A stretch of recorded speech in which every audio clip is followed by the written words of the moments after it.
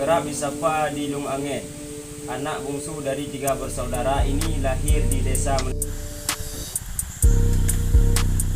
Hai bang, kena minta bubu dia bukan bacanya, enggak bukan dia juga. Buka adik. Pun nak kata mikir dia buka apa? Kelan le udah lama dah kalau buduk buka apa dia ke benganan. Ai apa dia punya lu. Kalau rasa ka ho bilang nama dah minta bubu lu. Adik. Dek. Adik. Dek.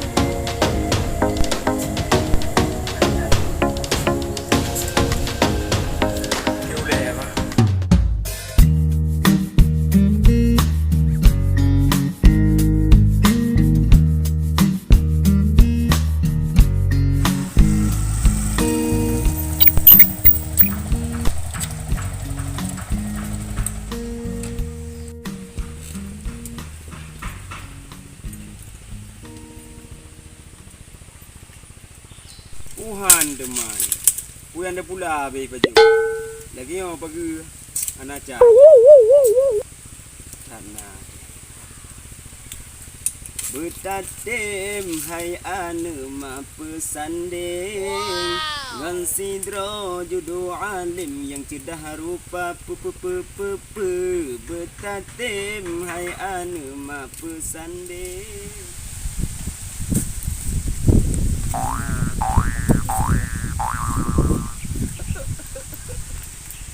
Assalamualaikum.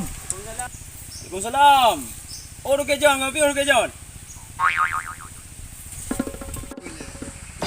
Buka apa gero? Kami ngapo kerja bidang.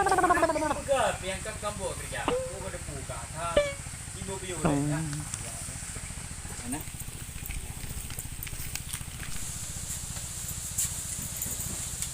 Jadi puna boleh kita kena. Kan bayan bagi dia mau utang dulu. Utang pula mita. Jika tu aku boleh. Tahu ke dulinan?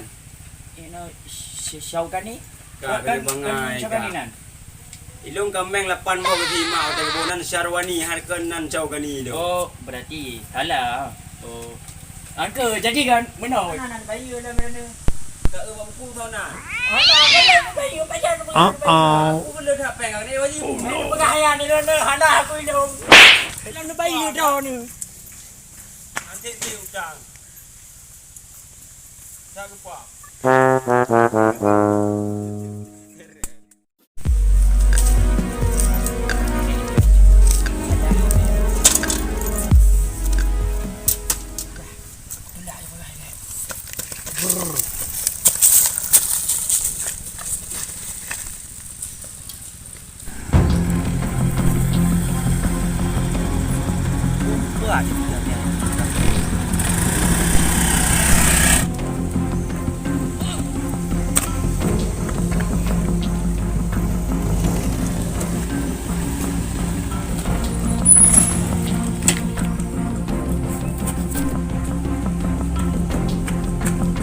Buka benda dah.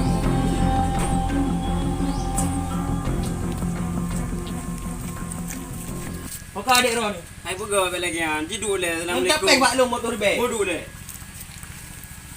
Jadi kiban adik lu. Nyo aku fikir ni. Adik Ron ni sambil mutang malung hanai bayi ke? Nyo aku biwat teh seminggu menyo hanai bayi utang long.